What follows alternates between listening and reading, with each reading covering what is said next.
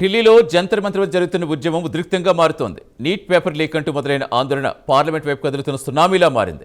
Tear gas shells, lathi charge, రాళ్ల వర్షం, 118 మంది పోలీసులకు గాయాలు, డజన్ల కొద్దీ ఆందోళనకారులకు దెబ్బలు. మొదట్లో దీన్ని పరీక్షలు జరిగిన అవకతవకలపై నిరసనగానే భావించారు. కానీ తాజాగా ప్రధాని మోదీ దిగిపోవాలి అనే డిమాండ్గా ఎలా మారింది? అసలు ఎందుకు మారింది? నీట్ పరీక్ష ఎప్పుడో ముగిసిపోయింది. రాసిన విద్యార్థులంతా తమ తదుపరి పరీక్షలకు సన్నద్ధమైపోతున్నారు.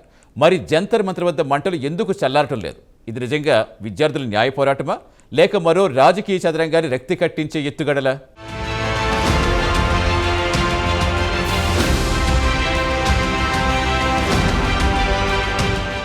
నీట్ యూజీ 2026 పరీక్షలో పేపర్ లీక్ ఆరోపణలతో మొదలైన ఆందోళన కాక్రోజ్ జనతా పార్టీ సీజేపీ అనే కొత్త రాజకీయ సంస్థ నేతృత్వంలో ఊపందుకుంది. దీని వ్యవస్థాపకుడు అభిజిత్ దీప్కి మొదట్లో కేంద్ర విద్యాశాఖ మంత్రి ధర్మేంద్ర ప్రధాన్ రాజీనామాకు డిమాండ్ చేస్తూ జంతర్ మంతర్ వద్ద నిరసన ప్రారంభించారు. ఈ ఆందోళనలో కీలక మలుపు ఎవరంటే పర్యావరణ కార్యకర్తగా ఎక్స్పోజ్ చేసుకుంటున్న సోనం వాంగ్చుక్. ధర్మేంద్ర ప్రధాన్ రాజీనామా కోరుతూ ఆయన నిరవధిక నిరాహార దీక్ష చేపట్టారు. వాంగ్చుక్ నిరాహార దీక్ష 21వ రోజుకు చేరుకున్న తర్వాత ఆరోగ్యం క్షీణించడంతో ఢిల్లీ హైకోర్టు ఆదేశాల మేరకు వైద్య నిపుణుల సలహాలతో ఆయన్ని సఫ్దర్జంగ్ ఆసుపత్రికి తరలించారు. ఢిల్లీ పోలీసులు ఈ తరలింపును పూర్తిగా వైద్యపరమైన నిర్ణయంగా చెప్పుకొచ్చినా సీజేపీ శిబిరంలో మాత్రం దీన్ని బలవంతపు అణిచివేతగా అభివర్ణించింది.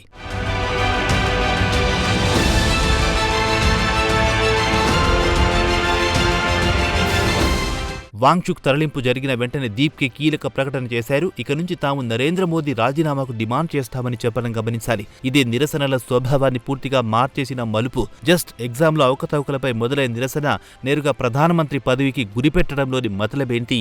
ఎందుకంటే అసలు ఈ ఆందోళన మొదలయ్యిందే నీట్ రీ ఎగ్జామ్ ఫలితాలు వెలువడిన తర్వాత. అది కూడా పార్లమెంట్ వర్షాకాల సమావేశాలకు సరిగ్గా ముందస్తు ప్లానింగ్. ఈ క్రమంలో కాక్రోచ్ ఉద్యమాన్ని నడిపిస్తున్న వారు ఎవ్వరు అనే ఆలోచన తప్పకుండా ప్రజల మెదల్లో తిరుగుతుందన్న అభిప్రాయాలు సర్వత్రా వినిపిస్తున్నాయి.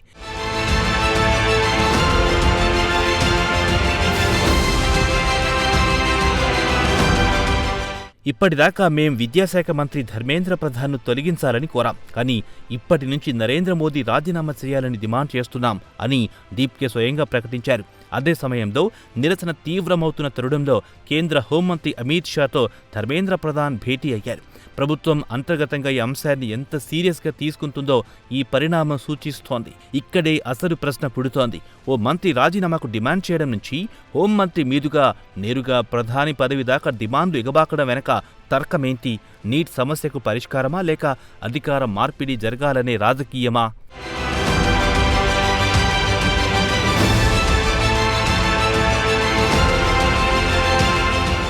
ఆ ఆందోళన హింసాత్మకంగా మారడంపై భిన్నాభిప్రాయాలు వ్యక్తమవుతున్నాయి.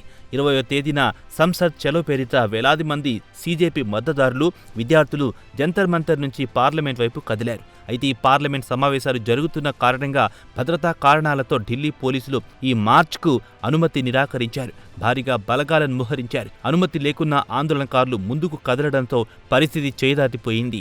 బారికేడ్లను ఛేదించే ప్రయత్నం చేయడంతో పోలీసులు టియర్ గ్యాస్ షెల్స్, లాఠీచార్జ్ ప్రయోగించారు. దీని ప్రతిస్పందనగా సీజేపీ కార్యకర్తలు పోలీసులపై రాళ్లు రువ్వారు. పలువురు పోలీసు అధికారులు గాయపడ్డారు. కాక్రోచెస్ దాడిలో దాదాపు 120 మంది పోలీసు సిబ్బంది గాయపడగా సుమారు 70 మంది ఆందోళనకారులను పోలీసులు అదుపులో తీసుకున్నారు. ఈ ఘర్షణల్లో దాదాపు 60 మంది ఆందోళనకారులు కూడా గాయపడ్డారని పోలీసులు ప్రకటించారు.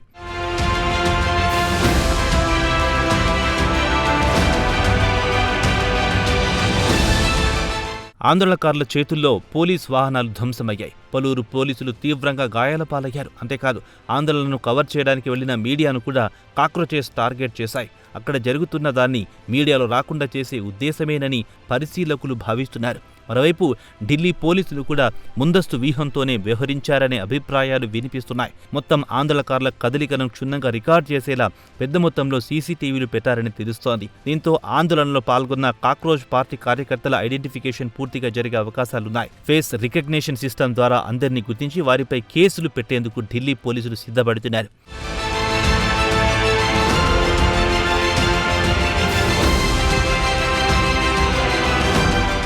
మరోవైపు కేంద్ర ప్రభుత్వంపై తీవ్రమైన వ్యతిరేకత వ్యక్తం చేస్తూ నిహంగీలుగా పిలిచే సిక్కు యూత్లు కూడా తాజా ఆందోళనకు జత కలిశారు.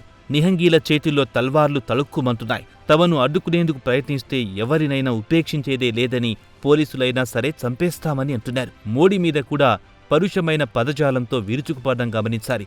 ఇలాంటి తరుణంలో నీట్కు నిహంగీలకు ఉన్న సంబంధమేంటి? 3 రైతు చట్టాలను ఆమోదించినప్పుడు రైతు ఉద్యమం పేరిట ఖలిస్తానీ మద్దతుదారులు ఢిల్లీ మీద విరుచుకుపడినట్టే ఇప్పుడు నీట్ ఎగ్జామ్ను ఆసరా చేసుకుని ఖలిస్తానీ సానుభూతి పరులు కేంద్రాన్ని టార్గెట్ చేస్తున్నారా అనే వ్యాఖ్యలు వినిపిస్తున్నాయి.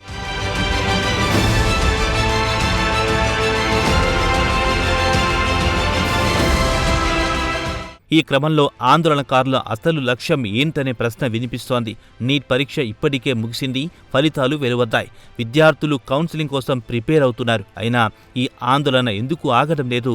ప్రతిపక్ష నేతలు దీన్ని విద్యార్థుల ఆవేదనగా, ఆగ్రహంగా అభివర్ణిస్తున్నారు. ప్రభుత్వం దగ్గర సమాధానం లేక వారి గొంతు నొక్కేందుకు ప్రయత్నిస్తోందని ఆరోపిస్తున్నారు. పార్లమెంట్ సమావేశాలు ఆరంభంలోనే పోలీస్ కమిషనర్ను మార్చడాన్ని కూడా కుట్రగా చెబుతున్నారు. అలాగే సీజేపీ ఓ కొత్త రాజకీయ పార్టీ అయినప్పటికీ ఎంతో అనుభవం గల రాజకీయ పంథాను అవలంబిస్తోందన్న అభిప్రాయాలు వినిపిస్తున్నాయి. నీట్ అంశాన్ని పునాది చేసుకుని డిమాండ్లను క్రమంగా విద్యామంత్రి నుంచి హోంమంత్రి మీదుగా ప్రధాని దాకా విస్తరించడం ఓ సుప్రసిద్ధ రాజకీయ నమూనాను గుర్తు చేస్తుంది అంటున్నారు విశ్లేషకులు. ఇక్కడ ముఖ్యంగా గమనించాల్సింది ఏంటంటే, పార్లమెంట్ సమావేశాల వరకు జంతర్ మంతర్ వద్ద 15 మంది 25 మంది కన్నా ఎక్కువ కనిపించేవారు కాదు. బ్రేక్ఫాస్ట్, లంచ్, స్నాక్స్ టైంలో మాత్రం 150 మంది దాకా కనిపిస్తున్నారని ప్రత్యక్ష సాక్షులు చెబుతున్నారు. కానీ 20వ తేదీన పార్లమెంట్ వర్షాకాల సమావేశాలు ప్రారంభమయ్యే సమయానికి మాత్రం పెద్ద ఎత్తున అన్ని విపక్షాలు కూడా పాల్గొనడం సీజేపీ వ్యూహాత్మకతను, దానికి మద్దతిస్తున్న పార్టీల తెరచాటు భాగస్వామ్యాన్ని సూచిస్తున్నాయి అంటున్నారు పరిశీలకులు. సీజేపీ వ్యూహాత్మకతను, దానికి మద్దతిస్తున్న పార్టీల తెరచాటు భాగస్వామ్యాన్ని సూచిస్తున్నాయి అంటున్నారు రాజకీయ పరిశీలకులు.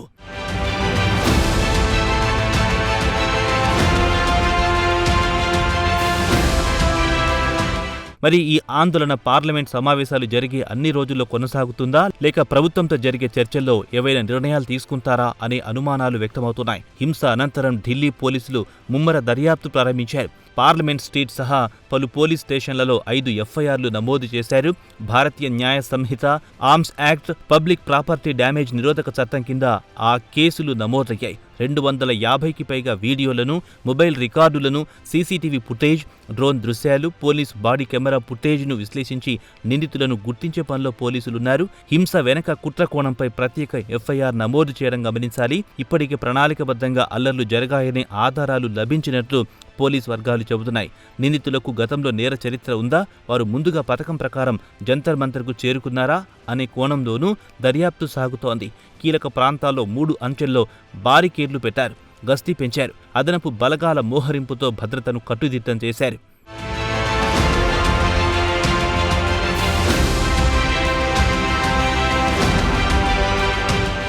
ఓ పరీక్ష పేపర్ లీక్తో మొదలైన నిప్పురవ్వ ఇవాళ ప్రధాని పదవినే సవాల్ చేసే జ్వాలగా మారింది. అందుకే ఈ విషయంలో దేశ ప్రధాని కూడా చాలా సీరియస్గా ఉన్నారు. లీక్లో భాగస్వామ్యమైన ప్రతి ఒక్కరి మీద చర్యలుంటాయని, పేపర్ లీకేజ్ కోసం కొంతమంది విద్యావంతులు పాల్పడిన పాపంగా మోడీ అభివర్ణించడం గమనించాలి.